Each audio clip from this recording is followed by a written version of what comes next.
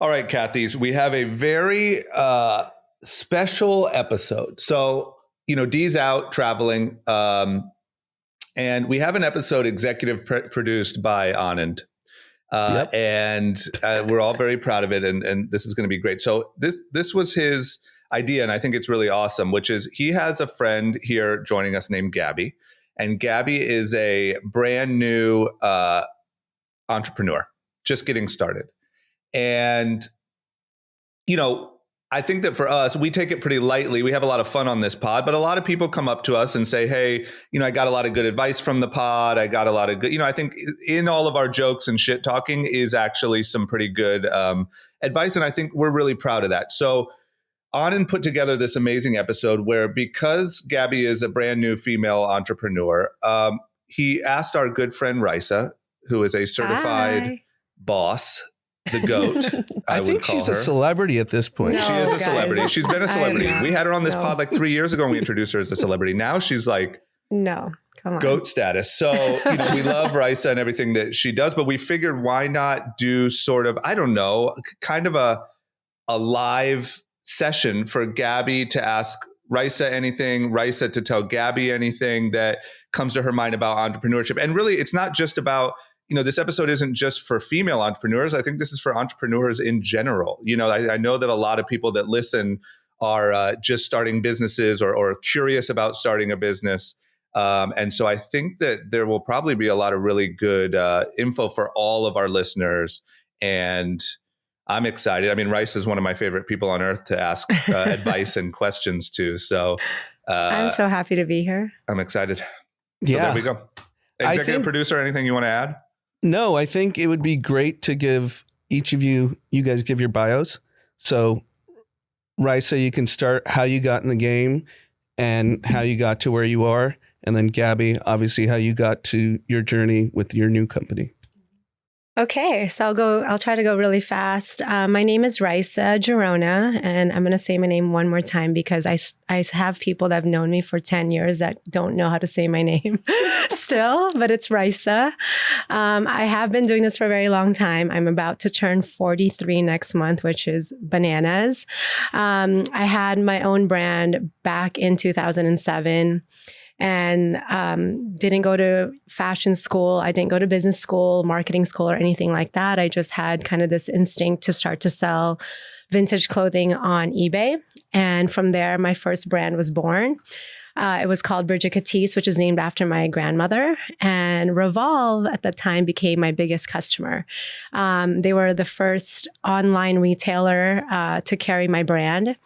And then fast forward in like 2008, 2009, I ran out of money and had to suddenly close the business. I had zero clue on how to fundraise. I didn't even know what any of these terms were because I was just winging it. And at that point, Michael Mente, who's the co-founder, co-CEO of Revolve, who's actually one of my dearest friends, basically said, oh man, that sucks. You have to close your business, the height of the recession.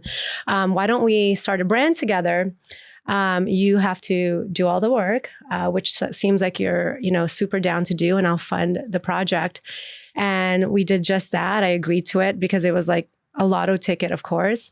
So we started Lovers and Friends, grew that business into 3 other brands. And then in 2014, Revolve officially acquired the company that we started. And that's how I was officially able to get into Revolve.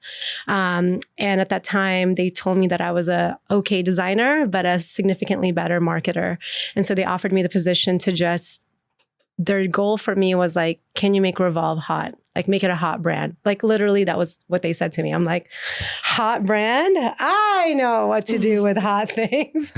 And kind of just started to do all the things that I guess now we do very well, from the trips, influencer marketing, and overall just like how to really connect with the consumer at the places where they show up, Revolve Festival, obviously social media, et cetera. And then help take the company public in 2019. Actually, our IPO anniversary is fast approaching on June 7th. And now I'm here. Sorry, amazing. That and let me add a few things. I want to go ahead and spice up your bio, Raissa. Spice it up. Raissa's also a single mother. I am a Raissa single mom. also has the one, like literally, I mean this, one of the funnest lives of anyone that I know.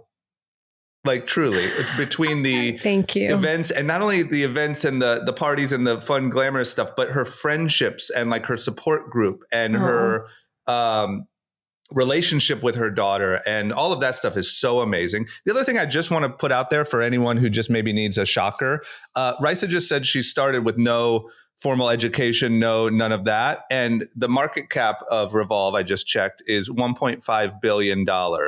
Should be bigger, but I'll take the 1.5 today. It should, and it will be bigger. It will be, yeah. But so from like literally going and like ringing the bell at the stock exchange and taking a company public to a 1.5 billion market cap, it's just, mainly for our listeners and people who might not be familiar.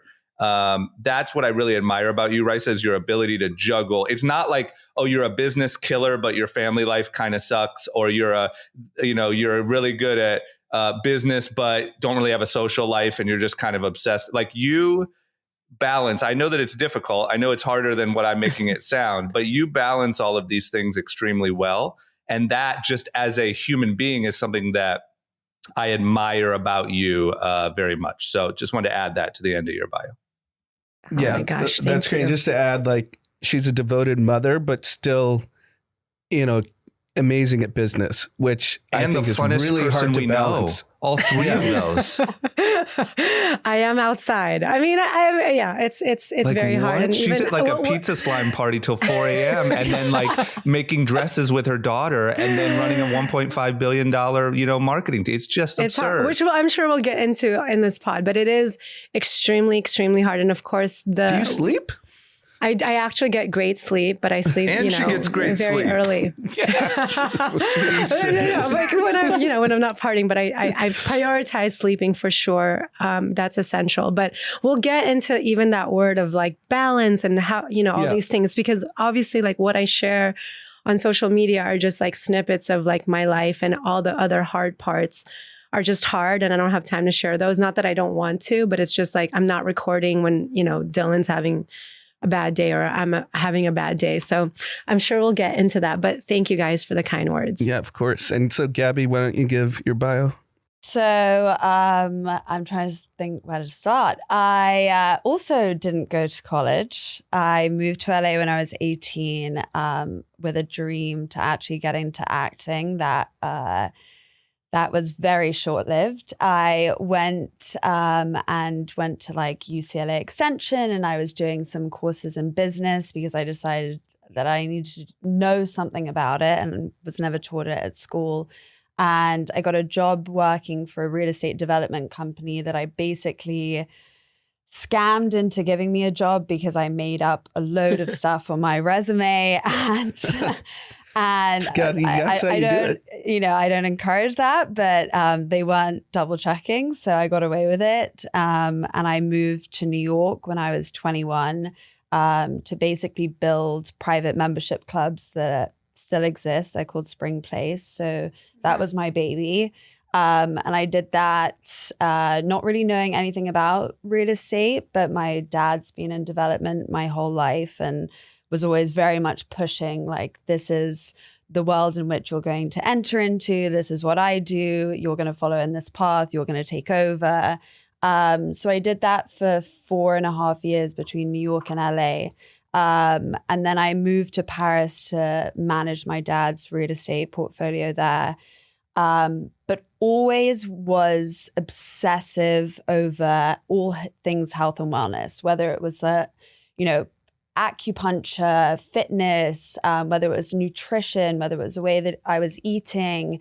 I was always from 18 on a mission to feel my very best, and my time and energy, especially when I moved to LA, which was like so far from the English way of thinking about health and wellness, which is very still like outdated, and they aren't really ahead of the times when it comes to fitness and nutrition and things like that. I was dove into this world of like Goop at the time was huge, and I was reading every single article, and I was 17 at boarding school and reading up about everything.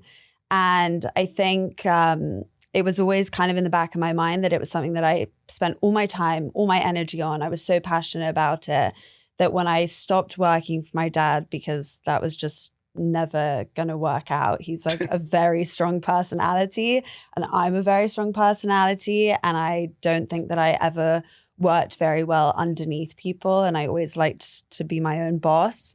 I went into health and wellness, and this was right as COVID was hitting. So I dropped everything and got certified as a Pilates instructor. I got certified as a health coach. I went to culinary school. I went to Le Cordon Bleu in London. This was 2020, and the goal was I wanted to build private wellness spaces in the UK because they didn't exist. And then I came to LA to really do market research around that to see what existed here, what did I like, what didn't I like. And I met my ex and I stayed.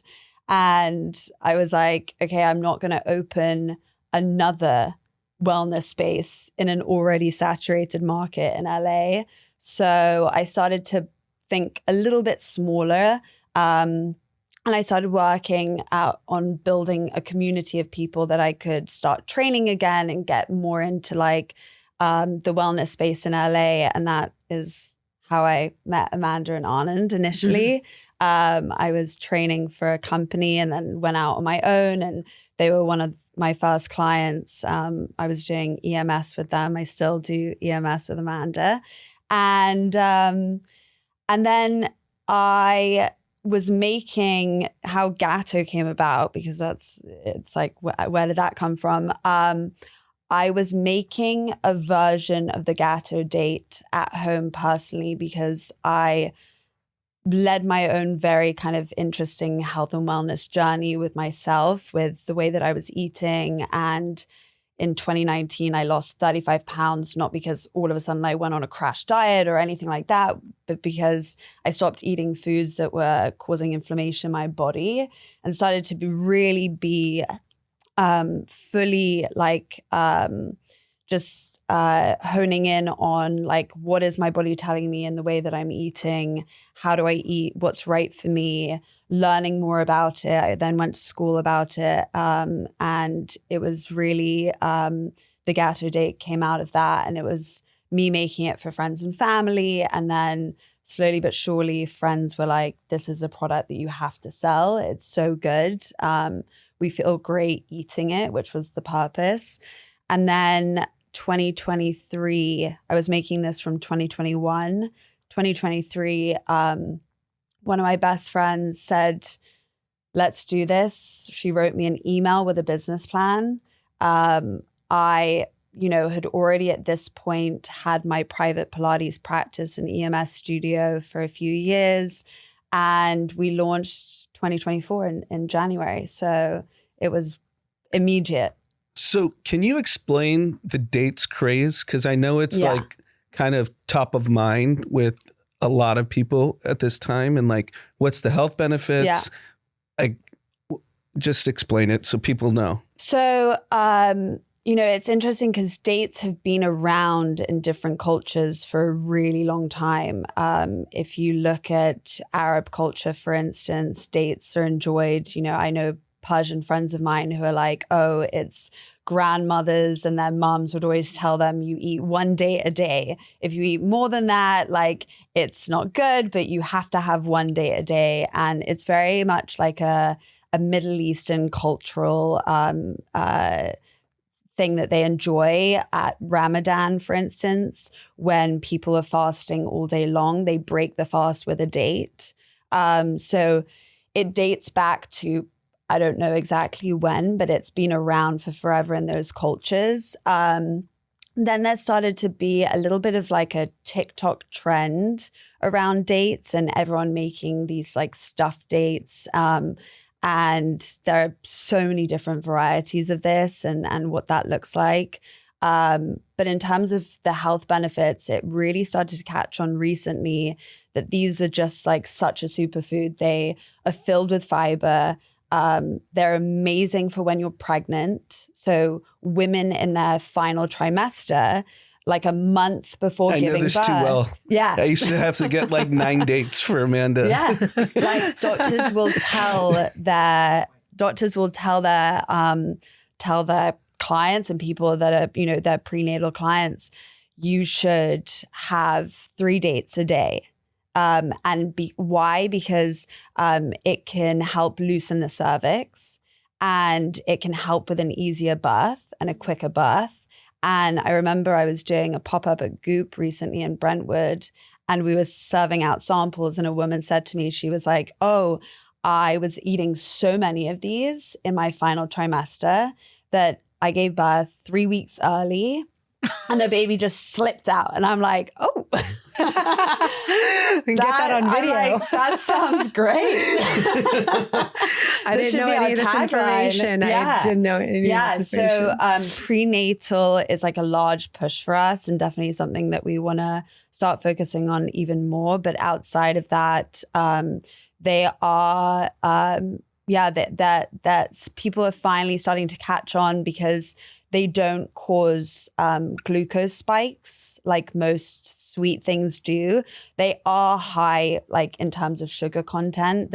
I call them nature's candy because they without anything are already so sweet, but they don't cause that spike. So as a result, we've had people emailing us who have gestational diabetes during their pregnancy, and they're like, this is the only sweet treat that I can enjoy, because everything else I'm not allowed to have. And thank God you have this product, because it's like saved me when I've needed something.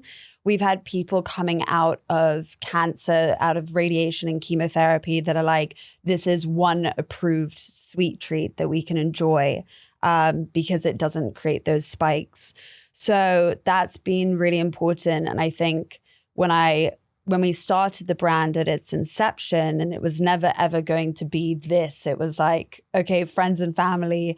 I don't know if you guys know Carla Cafe and how they, during the pandemic, this guy. Yeah. We used to get the sandwiches. Yep. So during the pandemic, this guy who was living up in Truesdale Estates was making sandwiches, posting it online. People were messaging, and they were I think it was those at look Bootsy, incredible. by the way. Well, they did a pop-up at Bootsy's after. Yeah. And people were picking up from his house. And I said to Tonya, my co-founder, when we started, let's follow that kind of like brand building. Like, let's build it at home. Let's make this product at home. I'll teach you how to do it. And let's do friends and family picking up from our house, and let's see where we can go from there. And then it became farmers markets, and now it's retail, and now it's large grocery, and it's expanded. But the inception was like, let's just start, and like, let's not wait for perfect, and let's just get this out there. And we were selling in Amazon soap boxes when we first started. So now it's definitely an improvement. But amazing. Yeah. So Drama, we could go 100 different directions. I'll let you moderate, as you are the moderator of the pod. Right. You lead the way. Well, let me ask this. Gabi, is there any, like, the big top of mind question, or the thing that is the most difficult, or is there anything that stands out to you as like, this is the most frustrating, difficult, challenging aspect of trying to do what, I mean, everyone in this room knows what it's like to try to do what you're trying to do, that we all know that feeling. And I feel like it can be very scary, and you can kind of second guess yourself a lot, and you can have, feel like there must be something you don't know. Is there any like common frustration or big issue that keeps repeating itself in this process so far? Yeah. I mean, CPG and food space is very specific. So I'm going to ask a question that's more marketing related, because when we built the brand, neither my co-founder and I have any marketing experience whatsoever. I also don't have food experience outside of, going to culinary school. She's ex-McKinsey, so very much like a business brain. So for us, it was about building a brand around an amazing product, not chasing virality, not chasing those like Instagrammable moments, not focusing so much on that because we just don't have the like whereabouts of how to even approach that. And when we first started, we got very organically through farmers markets, influencers purchasing our product and posting it. And we've subsequently became friends with influencers and started to build out more of a marketing campaign. But for someone who's built such like a prolific brand, and marketing is such a large part of like the Revolve DNA and its success, I think my biggest question is like, how do you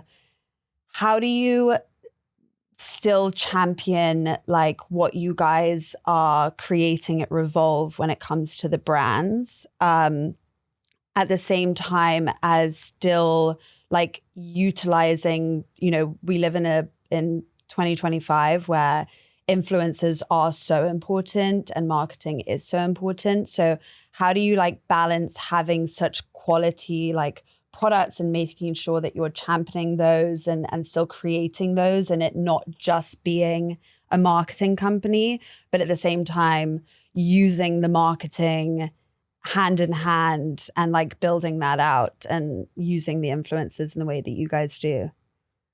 Yeah, that's a great question. I mean, for me, product is first and foremost. And I say that every single time with every single person that's asked me this, as well as the internal team. Like, marketing is just like cherry on top. If you have an okay product but incredible marketing, that company will never go that far. The reason why Revolve's been around for 23 years, yes, it's like the marketing that's fueled the growth and will continue to. But at the end of the day, we have great brands on the site. We have incredible products and incredible operations. Like, these are like the non-sexy things that people don't talk about, but I always want to give a lot of love and shine to, you know, the teams that do that day in and day out. Like, anytime I see somebody on the street, the first thing they tell me is like, Revolve has the fastest shipping ever, best returns ever. And then they'll say, you guys have really good parties. And so we've enjoyed them. I've enjoyed both, actually. I order from Forward a lot. So okay, good. I like both sides. Yeah. I like your shipping and your parties. Oh, thank you. So Revolve, it is about the product first and foremost. And I think your approach is absolutely right, because the reason why you have influencers that are just naturally, you know, posting about it is because they like it, you know? So if they thought the product was okay, they would never, you know? So for me, that's what's always like top of mind is like, what does the product look like on the site? There's been ebbs and flows where I'm like, everything on the site, and like, I am obsessed with the product, even though I'm like marketing, like I am the Revolve customer. Yeah. I have to wear actually the clothes more than anybody that works at Revolve, because I have to be at the events. I'm always representing, you know what I mean? Like, everyone's always asking me like, what are you wearing? So I am so obsessed about the customer experience as well as the product. So there's times that I'm like, everything on the site sucks. And there's 65,000 SKUs at any given time on the site. But that's how meticulous and obsessed I am about the product. Like, why don't we have this brand? Are we looking at this? Are we whatever? Because at the end of the day, whether it's myself or all the influencers that we work with, or the, you know, millions of customers that shop on the site, if they can't find a good product and a good outfit, we're dead in the water. We're done. Because I can only do so much. Like, my magic only works if we have great products. So again, I think your approach is absolutely right. I have just like a quick follow-up question. Sure. No, keep going. I want to also encourage, like, Gabi, don't wait you guys for can me just too talk. much. This is your guys' pod. This is your guys' pod. We're just in the background. When talking about influencers, because before entering like CPG space in general, I had no experience with influencers whatsoever, outside of like training a handful that came to the studio. But I don't think I ever gifted an influencer class. It was always like they were brought by a friend or something like that. And what I realized was, and this is something that I had no idea, that, you know, follower count doesn't always matter. That like engagement rate is what really like moves the needle. That even if engagement rate is high, that doesn't necessarily mean driving traffic to your website. And maybe it just means a follow here and there.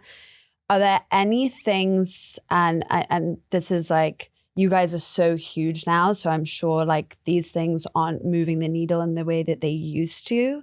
But when you guys first were using influencers and you guys use them in such incredible ways, whether it's, you know, the Revolve brand trips and through the festival now, was there anything in particular that you were like, wow, this is really, when it comes to us engaging with influencers, this is what really moved the needle. This is what is getting the clicks on our website. This is what is helping people purchase the product.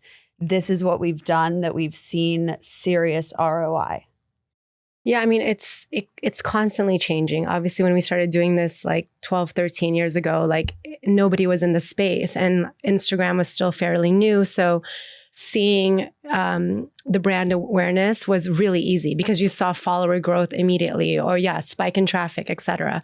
But now, even though it's so competitive and it is harder to really measure, and there's so many different goals, because the thing is with influencers, everybody has a purpose. You can have someone with a massive following that can't convert, but really great brand awareness. Mm-hmm. But for me, what I find so exciting and what I tell my team and again, other entrepreneurs and startup founders is everybody is an influencer.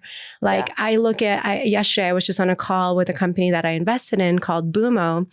And I was like, dude, the influencer in the space is like the room mom.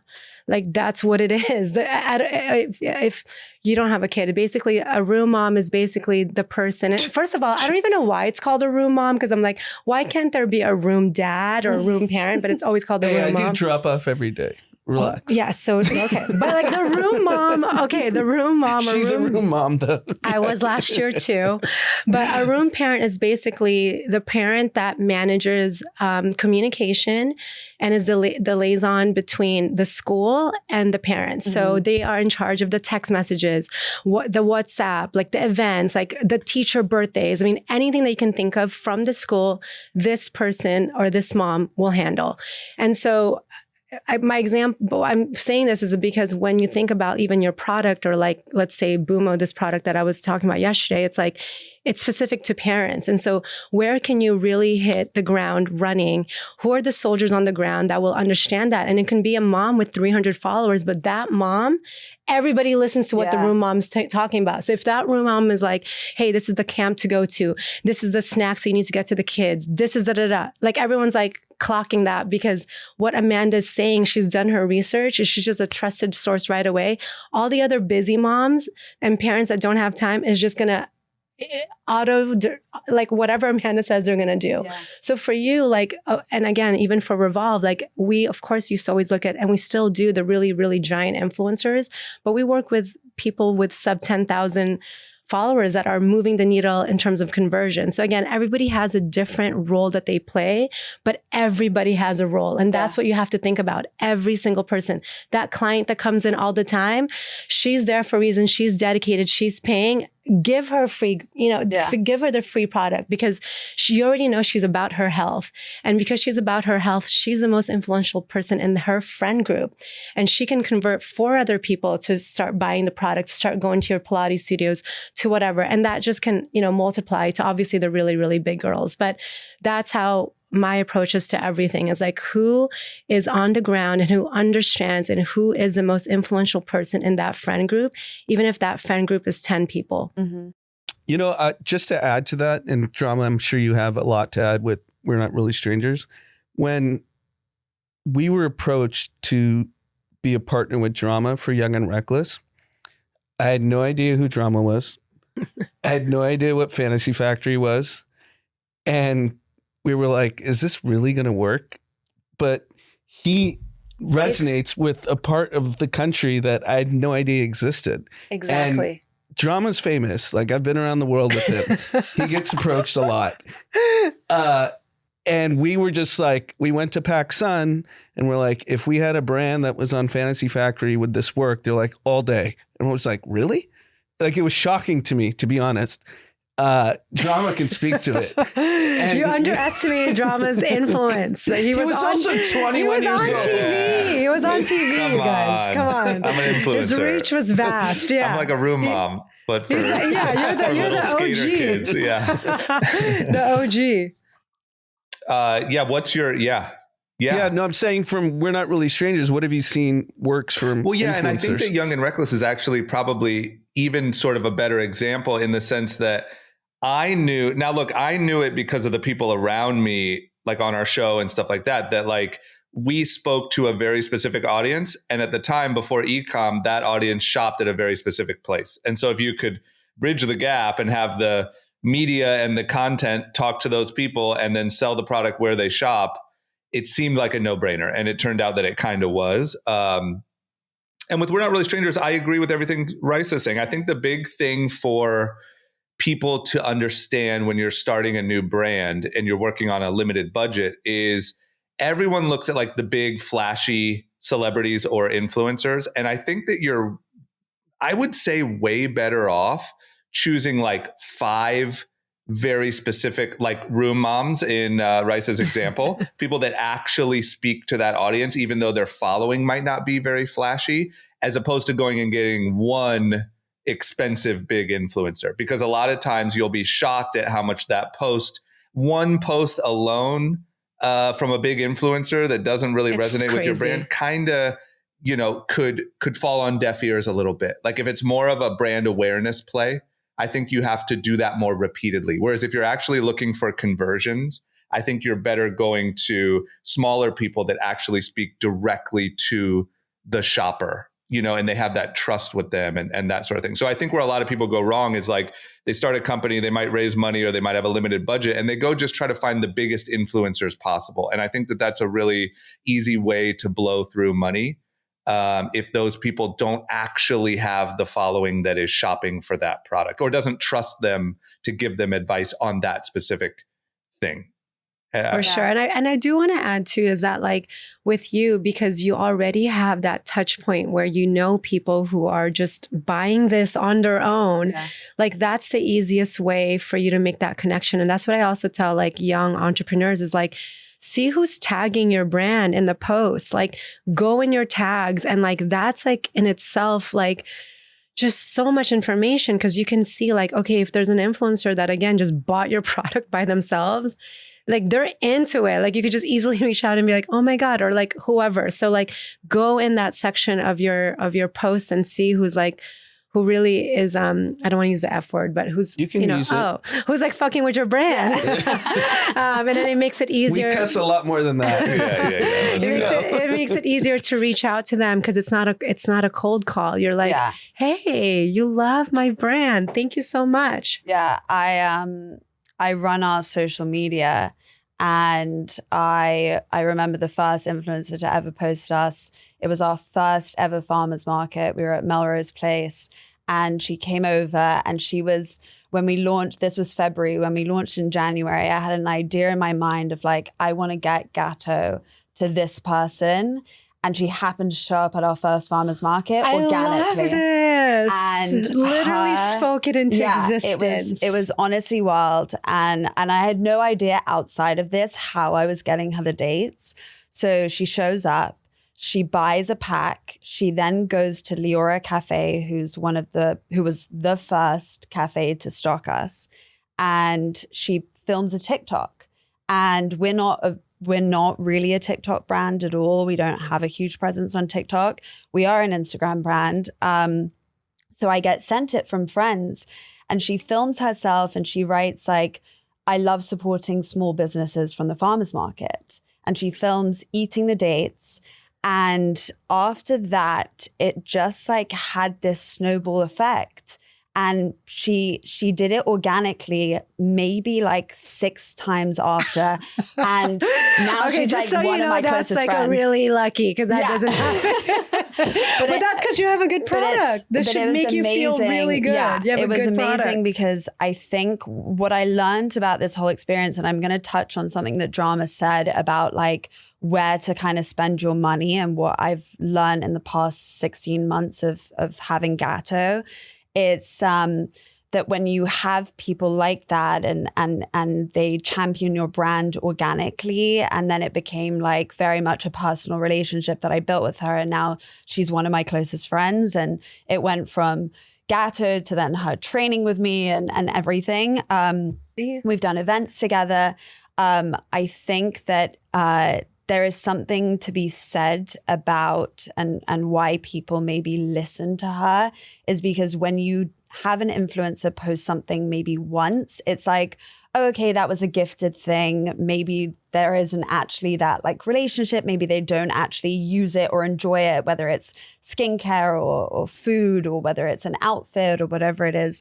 But when you have this person who is posting and it becomes part of like a storytelling and they have this like organic, real relationship with the brand, and you can tell as a consumer, and I'm someone who like, I am the Gato customer, like you said, for Revolve. Like, this is the product that I would buy. Mm-hmm. I am like the biggest click shop now on Instagram. Every single ad gets me. I spend way too much money. I am that person. I think when influencers are posting in that way, it just becomes like something that becomes then trusted. And when people have that trusted outreach, whether it's someone with 600,000 followers or whether it's like a micro influencer with 15,000 followers, I've seen far more from a micro influencer at times than anything else. But like you said, it isn't always something that you can quantify. It's sometimes just something that's like building brand awareness. That's the thing. Like, sometimes it's like one of the biggest, like, not frustrations, but I'm like, when people ask me like, well, I'm not seeing my ROI. And it's like, dude, it's like a billboard. Yeah. You know what I mean? Like, that's what it is. It's like a TV ad. Like, it's building over time, like Revolve, like the brand it is today. Like, that took a decade. Yeah. Okay. It took a long time for us to be here. Like in the beginning, like no one knew if it was going to work. Like it was kind of just like, we didn't have a budget, just figure it out, make the brand hot. And I was just like, what do hot girls like to do? Mm-hmm.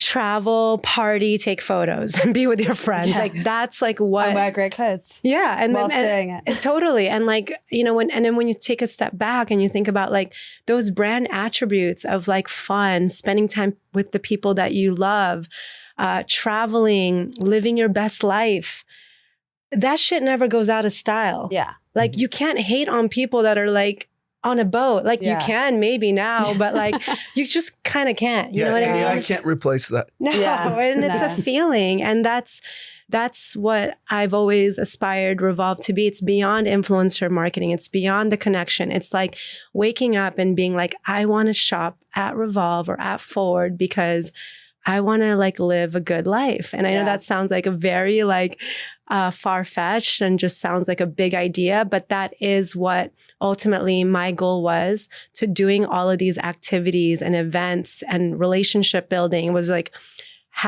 live your best life. Like whatever that means, from working out to partying, etc. And I was going to say too, with your brand Gato, am I saying it right? Gato. Gato. Exactly. Okay. It's meant to be. So my name's Gabriella. My co-founder's Tonya, Gato from our names. Nice. And then we were playing on Gato in French means cake. So we were playing on that like sweet indulgence. We like that. In Spanish, it means cat. That's like not so connected. You guys like but love something cats. that I have to address. My co-founder has a cat. Great. So there's that.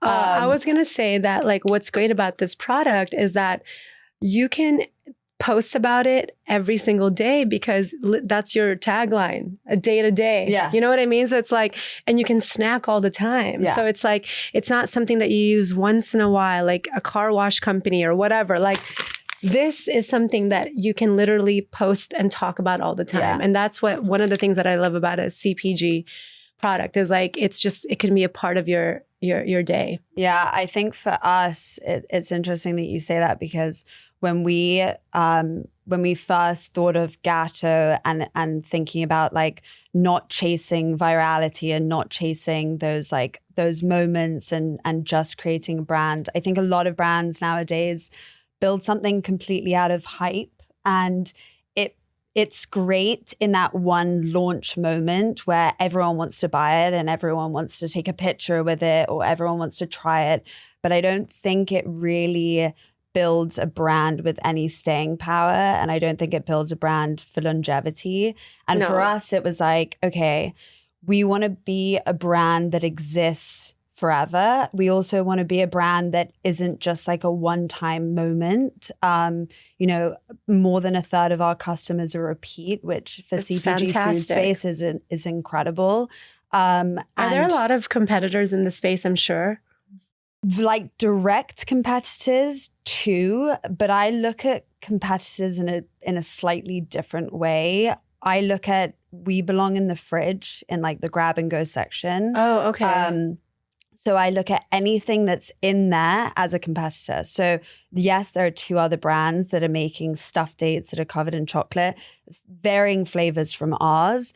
But outside of that, there are like, I compare the other things in the grab and go fridge. There are the Perfect Bar. There's Honey Mamas. There are Glow Nuts. Like those are all things that exist in the section that we exist in. Okay. So in my mind, when you're going to grab a Gato, you're choosing between us and you're choosing between them, not necessarily always us and another date brand. Got it. Okay. So I kind of look at it in like a larger scope, because your competitor is like anyone that it's any better for you, sweet, indulgent treat that's in the market alongside us. So I think that was really important. I wanted to really quickly touch base on what Drama was saying about like when you start out and spending money, and I'm sure this is something that you can really like touch on and address.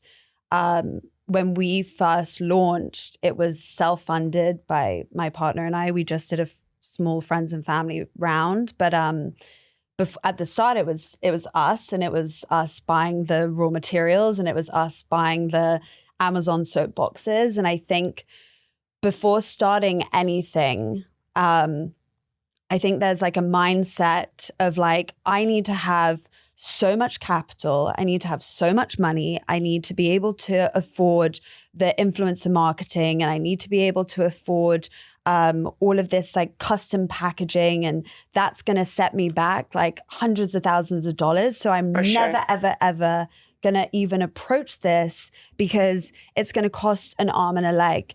And I think within 5 months, my co-founder and I paid ourselves back what we initially invested, because we were cash flowing the business. And I think we are maybe like $5,000 invested into the business. That's it. Amazing. Out of our own pockets. Now, like we cash flowing doesn't always happen straight away. We were very lucky that we had a product that like we had the correct margins, and we built something that people really loved, and we were able to test it through farmers markets. But when we launched with Amazon soap boxes. All of our marketing last year, we didn't pay $1. We had every single influencer was organic. They were buying it and posting it, and then I was gifting them. So the only thing that we ever spent money on was just gifting our product. And what I think we learned was you can never give enough product away. Like giving away product is to us like our biggest marketing thing. And so I think there's just this idea that you have to have so much money out the gate to create something.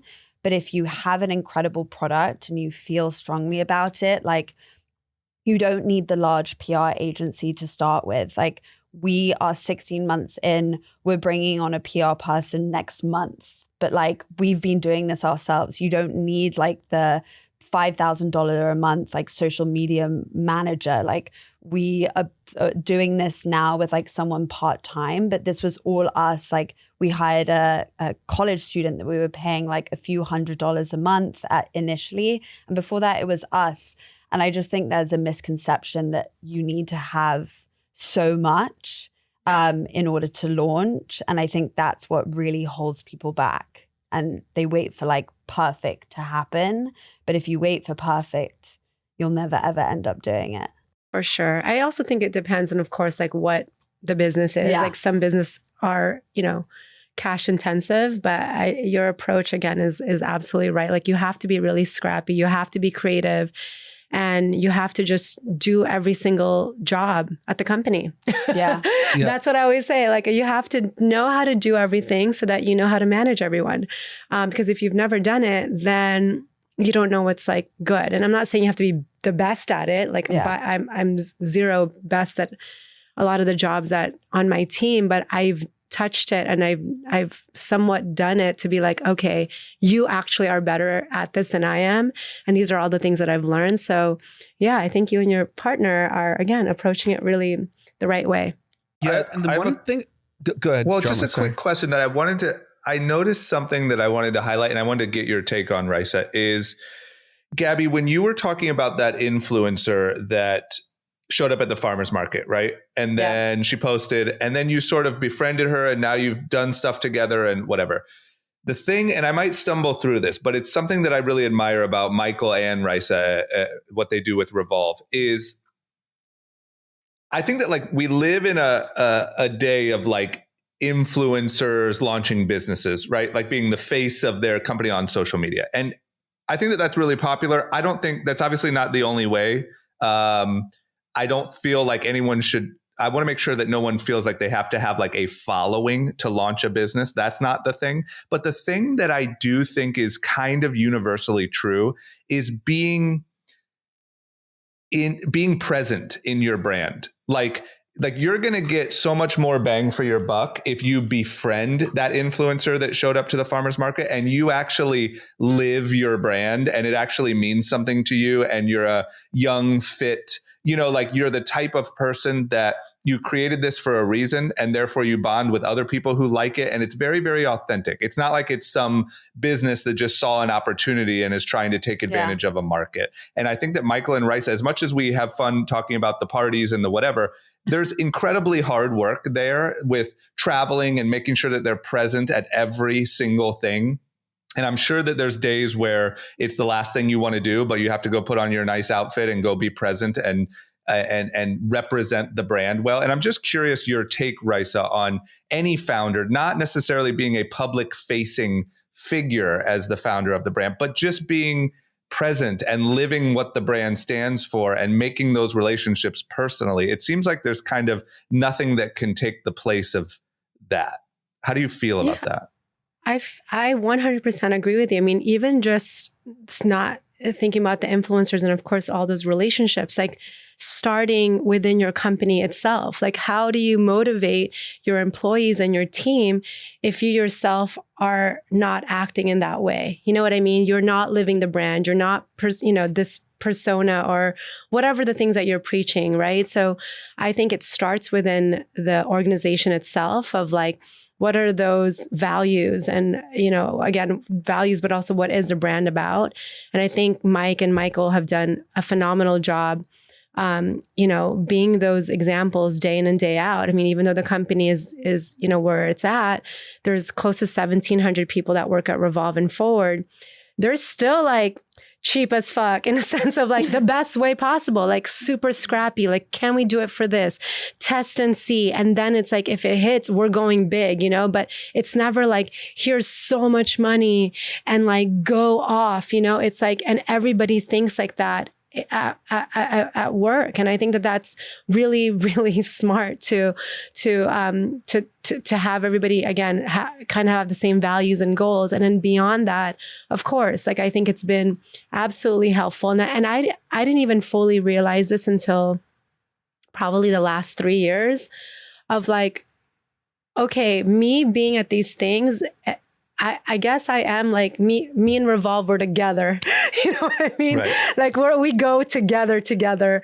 And I didn't want to maybe accept that responsibility because it was beyond, it's a company and a brand definitely beyond me, but it does help to be like, this is what the brand is about. And if in some way I can carry that and I can create relationships and I can, build, authentic relationships with all these people. And again, not just influencers and talent, but the brands that we carry on the site, brands that we want to carry. Like I'll reach out to brands and be like, I know you're like exclusive at Sephora, but like, what can we do? Like, I really love this brand. And like, I am out there. I'm like an evangelist for Revolve for so many reasons, So I do think being present and living whatever that means in your own way is absolutely important at starting at the office, like be that. Yeah, I just think for Gabi and anyone in similar to Gabi's shoes, I think don't underestimate the superpower that you just being you are. You know what I mean? And like I said, if you were competing with some, let's say, guys who just had some investment money and they spotted an opportunity in the date space, you have a serious competitive advantage by actually being able to build those relationships, being able to talk about it for endless hours, being able to hang out, go work out, live the lifestyle of the people who are using your brand. I just think that like it's easy to overlook the importance of you. And I think I love that drama. Yeah, I think that's a big thing. That's something I really, when I look at what you and Michael do, Raissa, I like, especially with just. Are you exhausted? Well, yes. That's the one comment. Like when every time also, aside from the fast shipping or whatever, that people like when they see me, they're like, are you tired? Yes.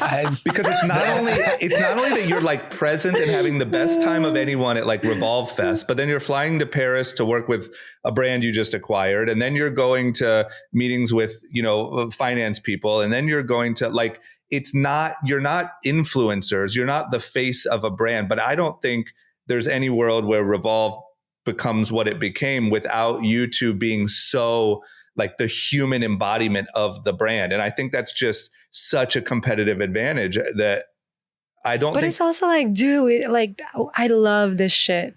Right. I love it so hard. Like I love working. I mean, of course it's tiring, but that's what I think. You have to. Like you have to. But there are like founders who don't like what they do, or like it's real, of course there's going to be moments where you don't like it because it's stressful. Like you're dealing with tariffs or whatever there is. Like there's so many things that will come up. But at the end of the day and at the beginning of the day, you should like love it, And I actually just said this to Michael yesterday. Like, I feel like one of my superpowers is like, I think the glass is half full always. Where even when I'm so tired and I don't want to travel and Dylan is so mad at me, my daughter, because I have to go to work again and all these things, I'm just like, oh, I'm so lucky. Yeah. Like I still get to go to Paris and I could bring you if I wanted to. And you know what I mean? Like that's what a gift, And so. Do you think you just have that, right? Have you always been that way? I think so. Like, do you think your parents? I'm just like realizing all these like random things about me that I'm like, okay, that could be a thing that I can really lean into, or especially now, like having a daughter. It's like, I know when we texted about the show, it was like, okay, like how do you like teach somebody, else, right? Especially I think as a woman, having a daughter, it's being a very, active, wanting, successful mom. It's really hard. It's really hard. A room mom. Like I was a room mom last year, just like because I wanted to like, I don't know, because my ego was like, bitch, you can do it all, But I was like, never want to be a room mom again. That job is so hard. But it's so hard to balance this idea of wanting to want these things for yourself and show that to your daughter that you're a badass woman, that you can have it all, but then also being like present and being there because, she just turned 7. So there's still like, she still like wants her mom all the time. So it's a struggle, and again, something that obviously I'm not like posting about, but it's really difficult to be a woman now in 2025.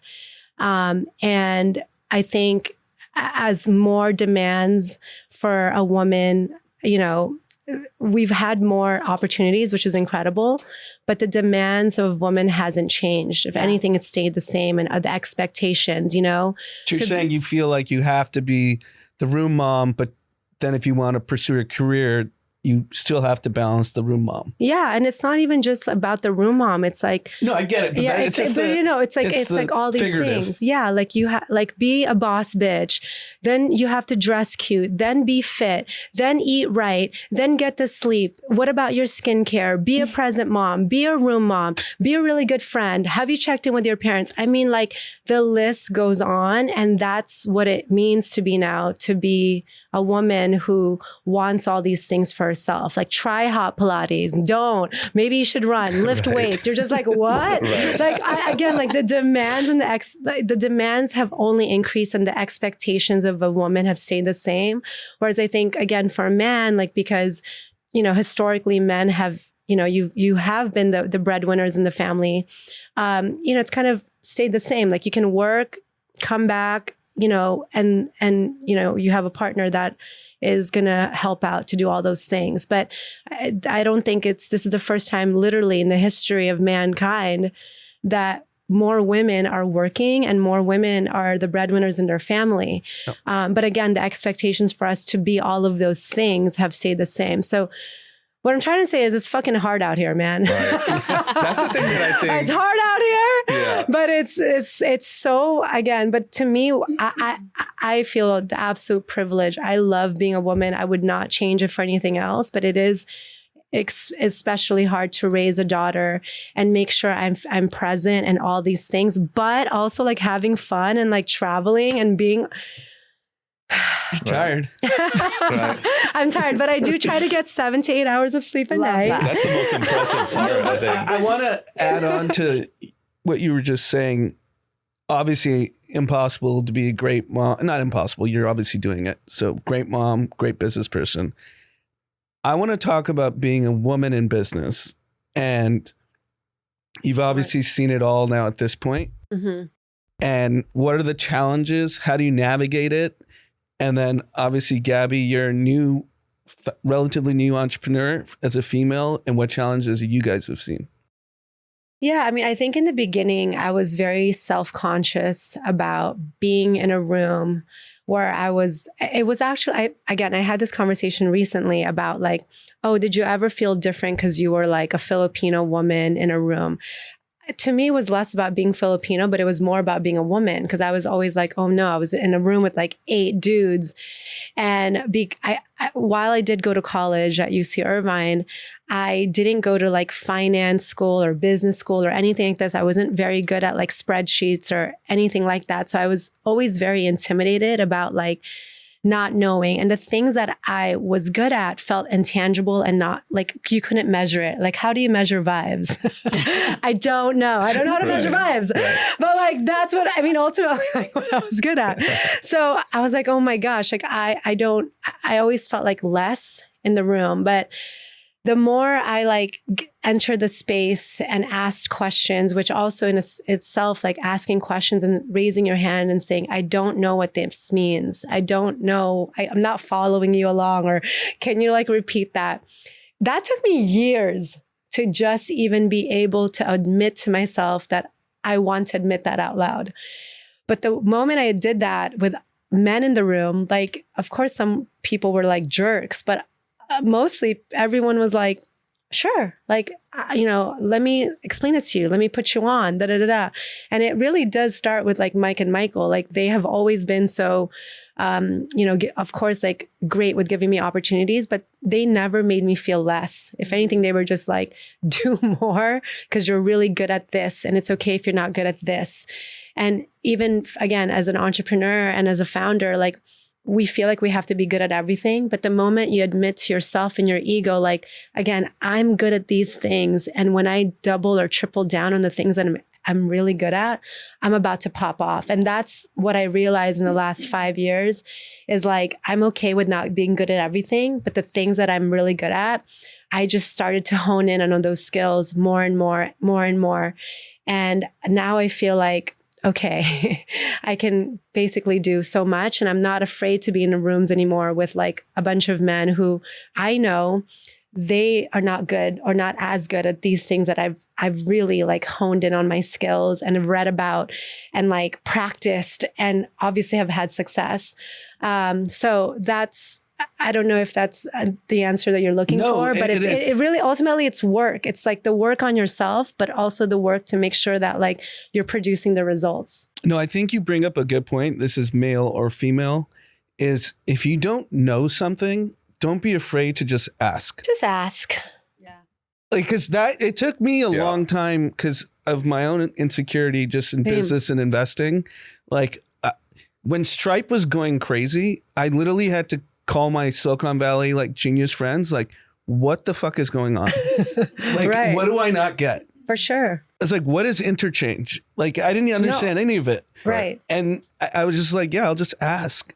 Yeah. And that's what something that like I practice on the daily and something that I teach Jillian every single day. It's like, the more that you don't ask, I always tell her, like, I try to like do a photo. I'm like, this is, whether it's her heart or her brain, I'm like, your brain is this. The more you ask questions, it gets bigger and bigger because you're like learning.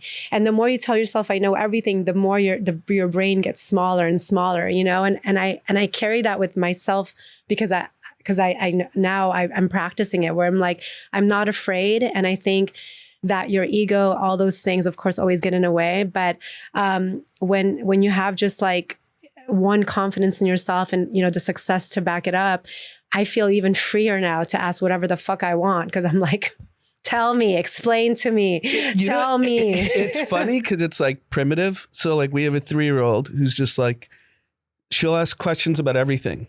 Right? So cute. Yeah. Right? Like, why? Yeah. Why? You know, just like, that's what you should be doing as an adult. Right. For sure. Right. But we Isn't lose there that saying that like you should always listen more than you speak or something like that? There's like a saying around that. Our daughter talks more than she listens. I'm really lucky because my co-founder and I are like two halves of one brain. She's very much like business, numbers, Excel, spreadsheets all day long, can do that in her sleep. I still basically count to 10 with my fingers and can't do like any multiplication whatsoever. And I'm like the complete opposite side of the brain. And I think where we've found huge success is understanding, where am I, like, what are my strong suits? Where do I excel? Where am I, where is my time and energy best spent within this business? And the two of us, you know everything that the other one is doing. And we've both like got our fingers on every part of this business because it's just the two of us. And when you're launching a brand, you are doing everything. But we know where we really excel. And when we don't know something between the two of us, we hire out for it because just at ask this point, ChatGPT. yeah, exactly. Right. Now it's my Now you best just friend. ask I'm like, ask ChatGPT anything. I'm like in a meeting with our lawyer and he's like saying words and I'm like, what does this mean? Oh, Please. dude, like the All day lawyer thing, long. I'm like, I just run all the freaking Yeah. contracts now through ChatGPT. It's like the most, it's like the best it's thing genius. ever. It's I'm just such like, a hack. It's genius. Yeah. I also think that like hiring for us, like hiring people that excel in the areas that we don't, like we can spend the time and energy trying to learn something, but we're going to make mistakes. We're going to fuck up. It's going to cost us. And it's going to be far more effective if we hire out for someone.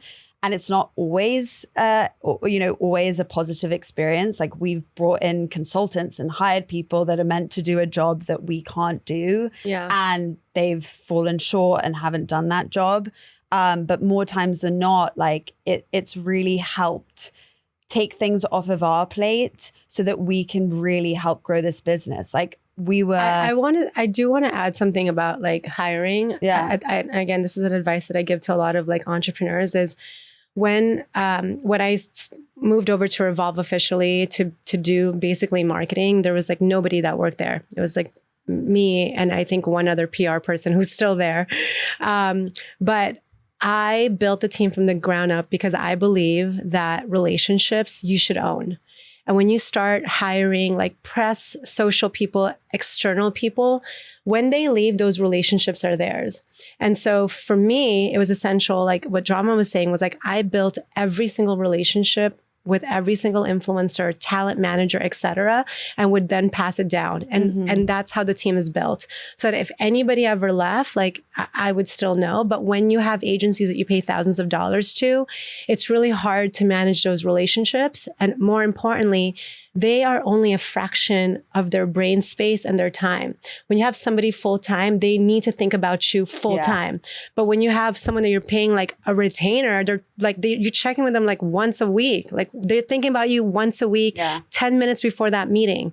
So like save the money, hire someone young, train them, understand what they're doing. And again, foster those relationships in-house so that you own them. They're yours. Yeah, that's a great point. Like Yeah, that's great advice. I mean, even that resonates with me because you're so like pulled, like the agency thing is so enticing. And it just seems so like, okay, so I just pay a fee and you guys got it and whatever, but it never fully checks out. They don't got it, dude. Yeah. No, there's of course some that got it, but I think when we just started to have a retainer on an agency. This is like real talk, like maybe 4 years ago. Right.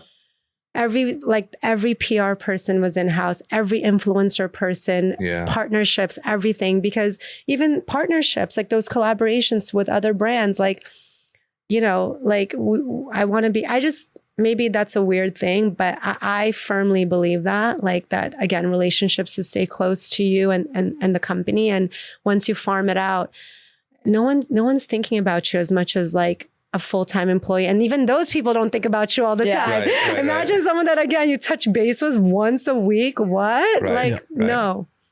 I'm curious, Gabi, do you feel any, like at this stage, because we talked about all of the like female entrepreneur thing, at this stage in your career, do you feel any